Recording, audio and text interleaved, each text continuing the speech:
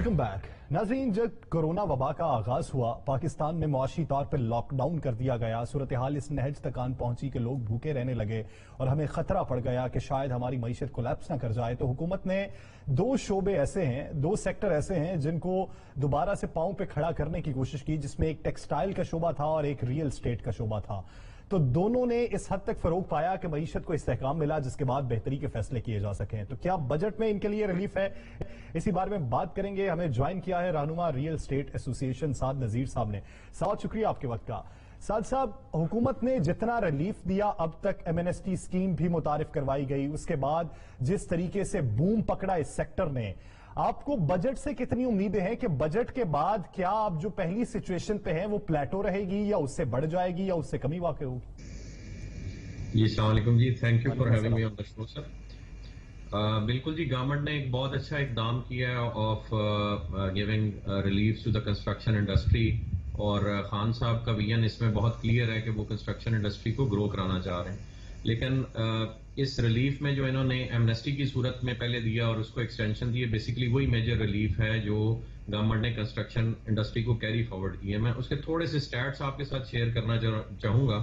ये जो amnesty scheme है ना जी, इसमें अभी तक 1083 प्रोजेक्ट्स रजिस्टर हुए हैं और उनकी नेट वर्थ है 340 बिलियन, यानी 340 अरब रुपए के 1083 प्रोजेक्ट्स गवर्नमेंट के साथ रजिस्टर हुए हैं और 292 प्रोजेक्ट्स पाइपलाइन में हैं, विच आर वर्थ 43 बिलियन। यानी अगर आप नेट वर्थ इस सारी एक्टिविटी के लिए लगाएं तो मुश्किल से 400 अरब रुपए की बनती है।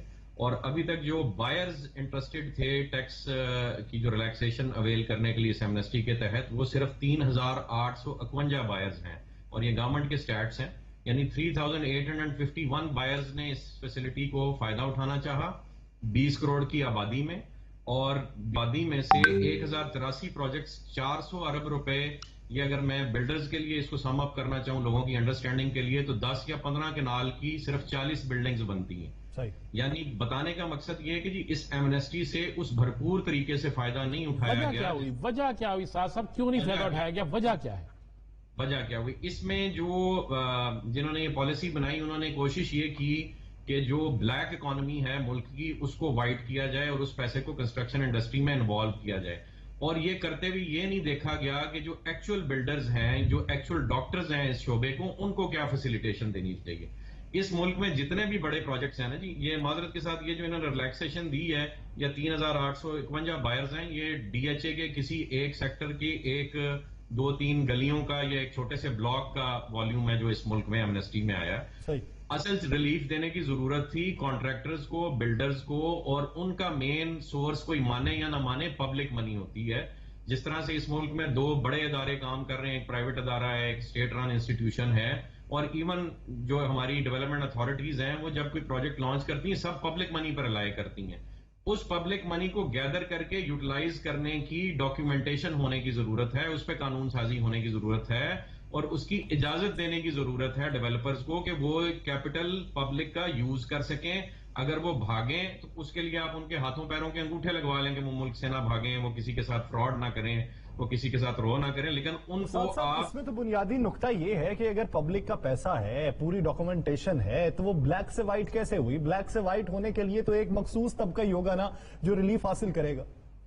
जी, मैं यही अर्ज कर रहा हूं कि आपका फोकस कंस्ट्रक्शन इंडस्ट्री को रिवाइव करना है कि या आपका इंटरेस्ट ब्लैक को व्हाइट करना है? पहले तो इसको क्लियर करें। ब्लैक और व्हाइट जो वॉल्यूम्स हैं वो और लोगों के पास पड़ा है, और जो कंस्ट्रक्शन इंडस्ट्री के मास्टर्स हैं वो और लोग हैं, और जो कंस्ट्रक्शन इंडस्ट्री के बायर हैं वो और लोग हैं। इस मुल्क में जो आपका ईयरली शॉर्टफॉल है घरों का या कंजम्पशन है घरों की, वो 7 लाख है, और उसमें से सिर्फ आधे बन पाते हैं, आधे लेफ्ट ओवर हो जाते हैं। इस वक्त हमारी एनुअल डिमांड घरों की 1 करोड़ से ऊपर टाप चुकी हुई है। यानी जो एक्चुअल बायर्स हैं, जो एक्चुअल कॉन्ट्रैक्टर्स हैं, उनका ब्लैक इकोनॉमी से ताल्लुक ही कोई नहीं है। वो आप उनको जो करंट रिसोर्सेज हैं, जो वाइट मनी है मुल्क की, वही यूटिलाइज करने की इजाजत दे दें उनको। कभी FIA के, कभी नैब के, कभी एंटी करप्शन के नोटिस भेजना बंद कर दें और उनको काम करने के लिए उनसे क्यों ना नोटिस भेजे। साहब मुझे एक बात बताएं, आप नोटिस की अभी आपने बात कर दी, कितने बिल्डर्स ऐसे हैं जो अवाम के साथ फ्रॉड करते हैं, लोगों के साथ फ्रॉड करके भाग गए?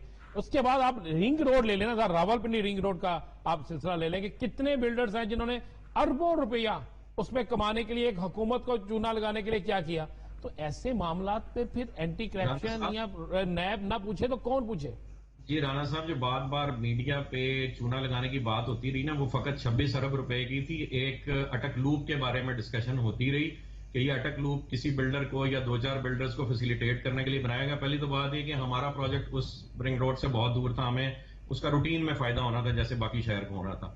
ادر دین دیٹ، اگر گورنمنٹ تھوڑا سا سمارٹ پلے کرتی تو یہ 26 ارب روپیہ چھوڑیں، پورا رنگ روڈ ان 8-10 بلڈرز جن کو آپ نے شامل تفتیش کیا ہوا ہے ان پہ لوڈ کر دیتی اور انہیں کام کرنے کی اجازت دیتی، تو یہ آپ کو رنگ روڈ اپنے پلے سے بنا دیتے. یہی رول ہے نا کہ ایکس چکر کو لاس ہو گیا 26 ارب روپے کا، ایکس چکر کو لاس ہو، اور یہ 26 ارب روپیہ تو یہ بلڈر سارے مل کے مطلب آپ کا 2-4 مہینے میں اٹھا لیں اگر آپ ان کو کام کرنے دیں. اس ملک میں صرف 1 یا 2 بلڈرز کو کام کرنے کی اجازت دی جا رہی ہے، باقی سب کو پھندے پہ لٹکایا جا رہا ہے. اور خان صاحب کہتے ہیں کہ جی ہم نے کنسٹرکشن انڈسٹری کو ریوائیو کرنا ہے. اس کی قصوروار بیوروکریسی ہے.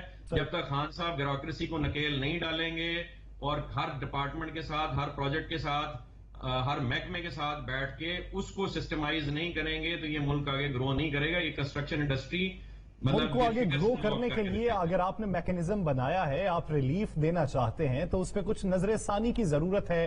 جو ہرڈلز بیچ میں ہیں وہ شخصیات کی صورت میں ہوں، وہ قانون کی صورت میں ہوں، وہ آسانی کے لیے دور کی جا سکتی ہیں تاکہ معیشت کو فروغ مل سکے. بہت شکریہ سعد نذیر صاحب. اس حوالے سے اپنا ولی ناظرین دلاس شار سے مجھے اور رانا عظیم صاحب کو دیجیے اجازت. اللہ نے کے بعد.